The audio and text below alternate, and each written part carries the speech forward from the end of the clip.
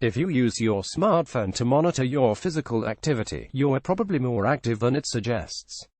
A new UBC study finds that the iPhone's built-in pedometer missed about 1,340 steps during a user's typical day when compared to a purpose-built accelerometer worn on the waist. The accuracy of smartphones and health apps is becoming more important as medical experts and technology companies rush to tap into the smartphone's enormous potential as a tool for gathering health data.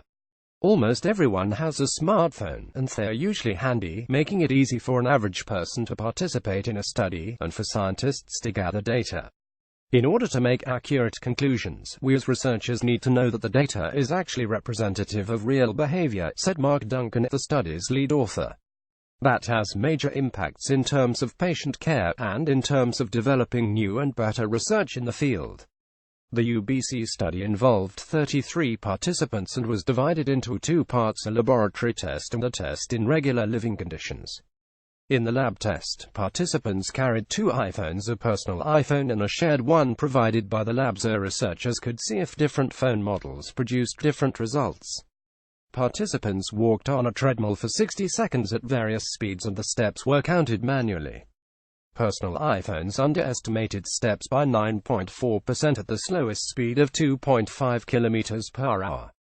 The shared iPhone fared slightly better at 7.6%. At faster walking speeds, the phones were off by less than 5%, which is generally considered acceptable for a pedometer. For the other part of the study, participants fixed accelerometers to their waists for a full day and recorded step readings from the iPhone at the beginning and end of the day.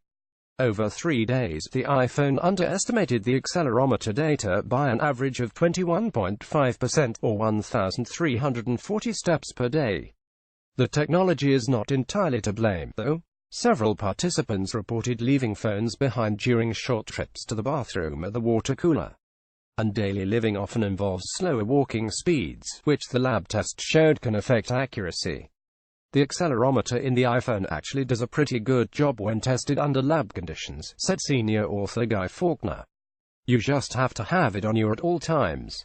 The results suggest researchers should use caution when relying on smartphone data, but Duncan said the average person should be discouraged from using health apps for motivation. For people who are already tracking the steps, they can rest assured that if the phone says they're getting the recommended 10,000 steps in a day, they're probably getting at least that many, and they're working toward better health, said Duncan.